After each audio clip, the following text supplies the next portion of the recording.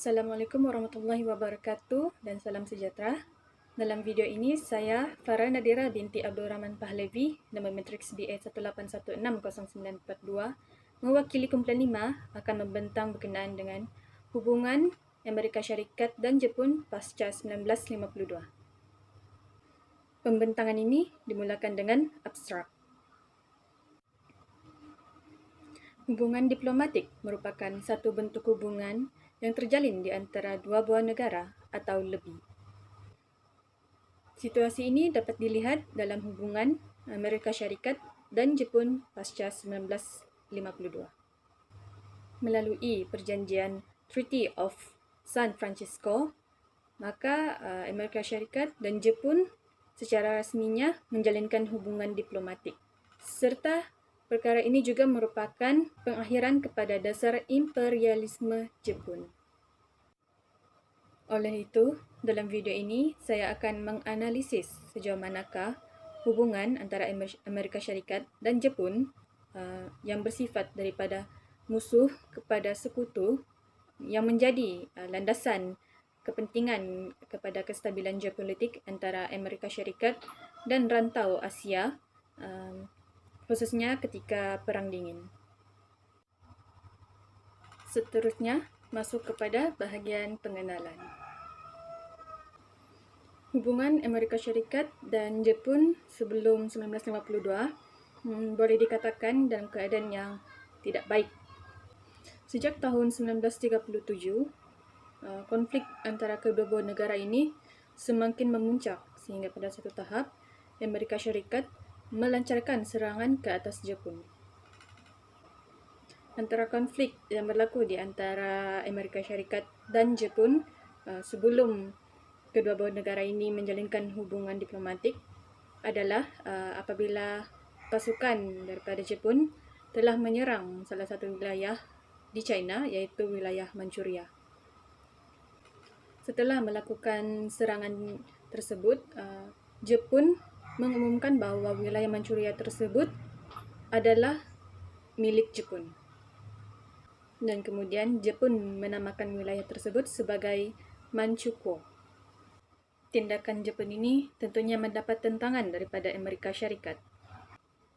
Hal ini kerana Amerika melihat Jepun dan China ini memangnya tidak ada keperluan untuk melakukan serangan antara sesama mereka. Tambahan lagi, Amerika Syarikat ingin mengawal peningkatan militarisme Jepun daripada berleluasa di negara China.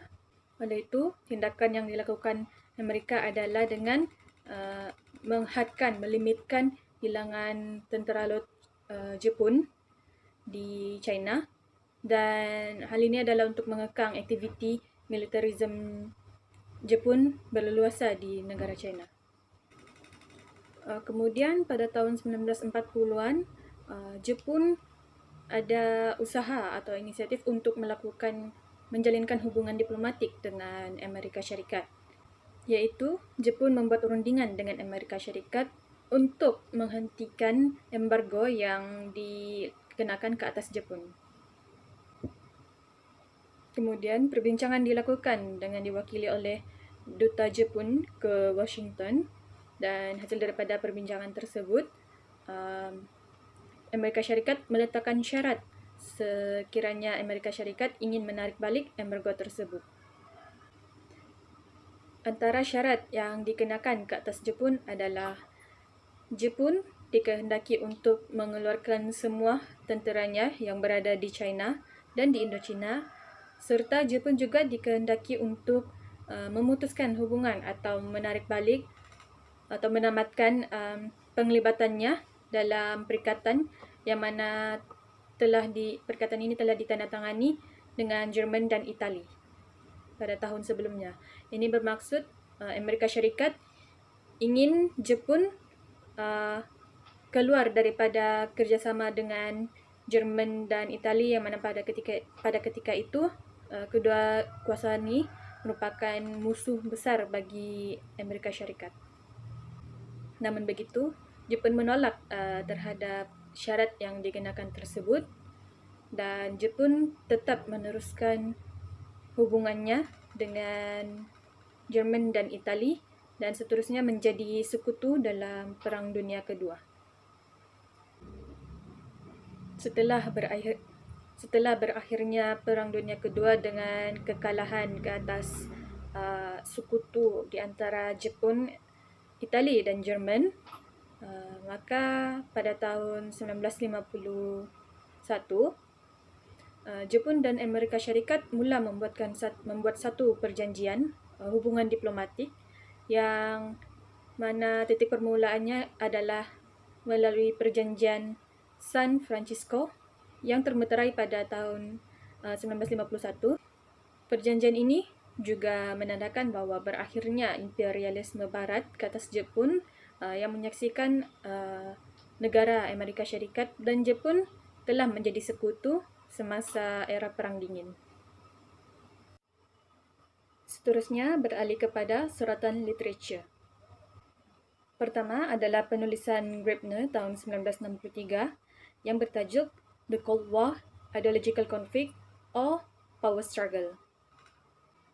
Berdasarkan penulisan Graepner ini, Perang Dingin diistilahkan merujuk kepada hubungan dingin dan tegang antara Soviet Union dengan Amerika Syarikat. Menurut Graepner, selepas sahaja Perang Dunia Kedua tamat,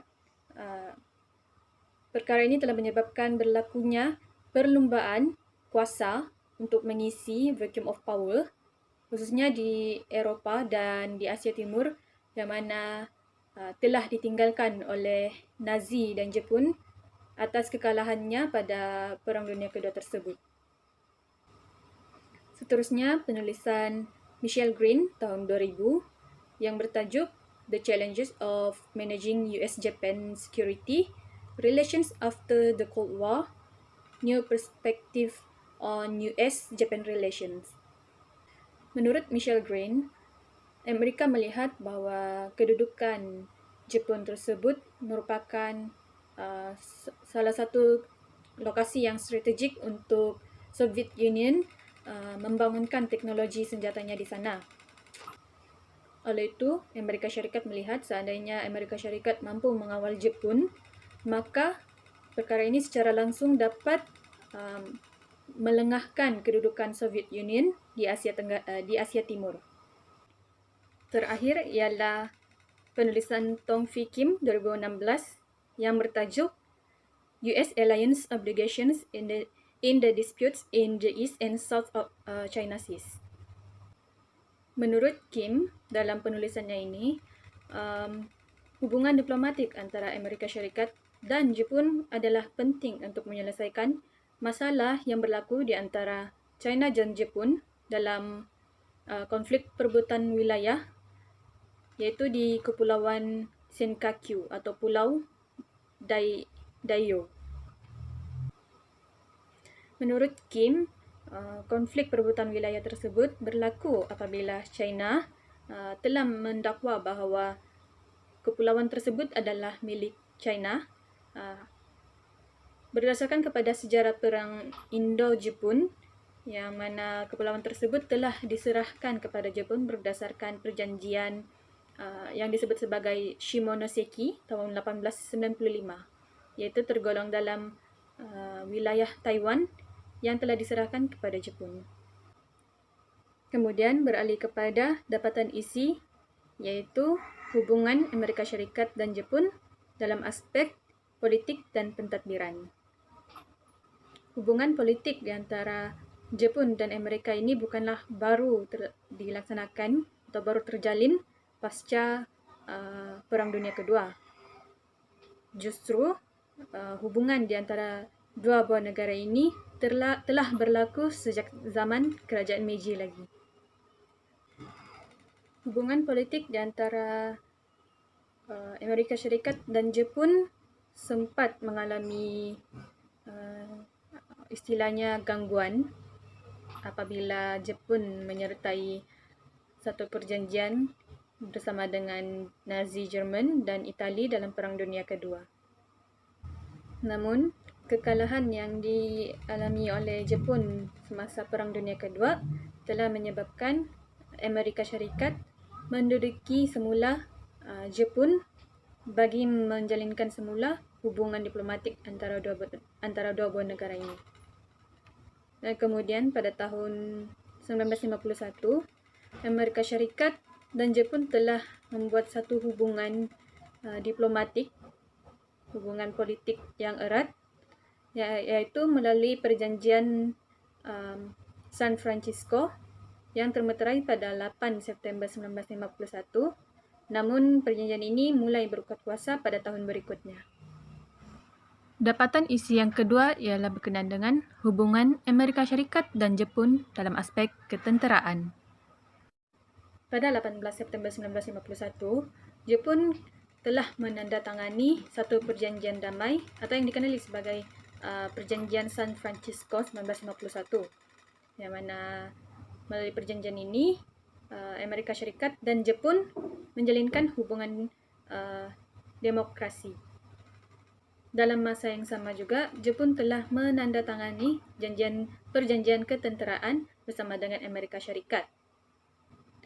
Perjanjian tersebut dikenali sebagai Japan-US Security Treaty, yang mana melalui perjanjian ini Jepun membenarkan Amerika Syarikat untuk meletakkan kekuatan ketenteraannya di Jepun.